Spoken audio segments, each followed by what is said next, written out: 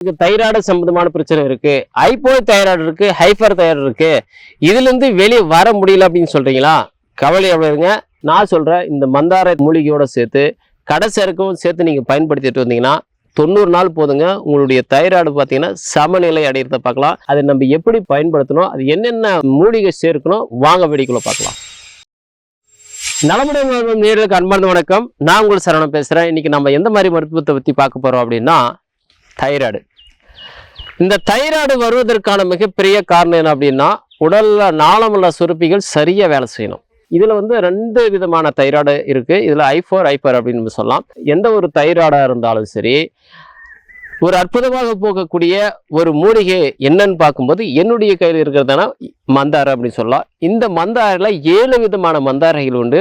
அதில் மிக முக்கியமாக பார்த்தீங்கன்னா சிவப்பு மந்தாரை நமக்கு நிறைய கிடைக்கும். இதில் பார்த்தீங்கன்னா ஒயிட் வெள்ளை கலர் மந்தாரை பார்த்தீங்கன்னா ரொம்ப பிரத்யேகமானது.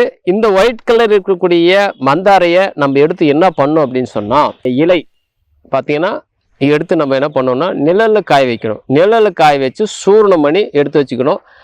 இந்த சூரணத்தோடு நம்ம சேர்த்தக்கூடிய மூலிகை என்ன அப்படின்னு சொன்னால், மிக முக்கியமாக சொல்ல போனால் அக்ரூட் பருப்பு ஒரு 150 கிராம், அதாவது சுத்தம் பண்ணுது. அதனுடைய தோல் பார்த்தீங்கன்னா ஒரு 50 கிராம் எடுத்துக்கணும். சித்திரத்தை பார்த்தீங்கன்னா ஒரு 20 கிராம் எடுத்துக்கணும். கஸ்தூரி மஞ்சள் ஒரு 20 கிராம் எடுத்துக்கணும். லவங்கம் பார்த்தீங்கன்னா ஒரு 20 கிராம் எடுத்துக்கணும். இந்துப்பூ ஒரு 10 கிராம் எடுக்கணும். கருஞ்சீரகம் பார்த்தீங்கன்னா ஒரு 10 கிராம் எடுக்கணும்.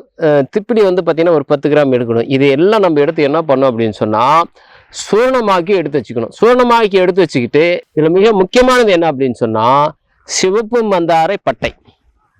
இந்த சிவப்பு மந்தாரை பட்டையை எடுத்து நிழலில் காய வச்சு அதையும் நம்ம பொடியாக்கி எடுத்து வச்சுக்கிட்டு, இது எல்லாமே என்ன பண்ணணும்னா இந்த மாதிரி நீங்கள் என்ன பண்ணணும் அப்படின்னா சூரணம் பண்ணி எடுத்து வச்சுக்கணும்.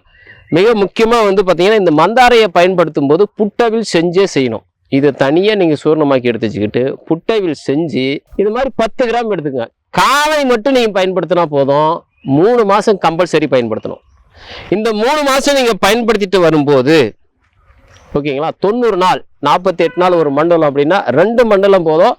இந்த 2 மண்டலத்திலே உங்களுடைய தைராய்டு லெவல் பார்த்தீங்கன்னா சமநிலவு பார்த்தீங்கன்னா உங்களுக்கு அடையிறதான் நீங்கள் கண் கொடுப்பாங்களா. நிறைய பேருக்கு இந்த தைராய்டு வந்ததுனால உடல் சோர்வு, உடல் பார்த்தீங்கன்னா ஒல்லி ஆகுறது, இன்னொன்று பார்த்தீங்கன்னா உடல் பருமன் ஆகுறது, இதையெல்லாம் போக்கக்கூடிய தன்மை பார்த்தீங்கன்னா இந்த மந்தார இலைக்கு உண்டு, மந்தார பட்டைக்கு உண்டு.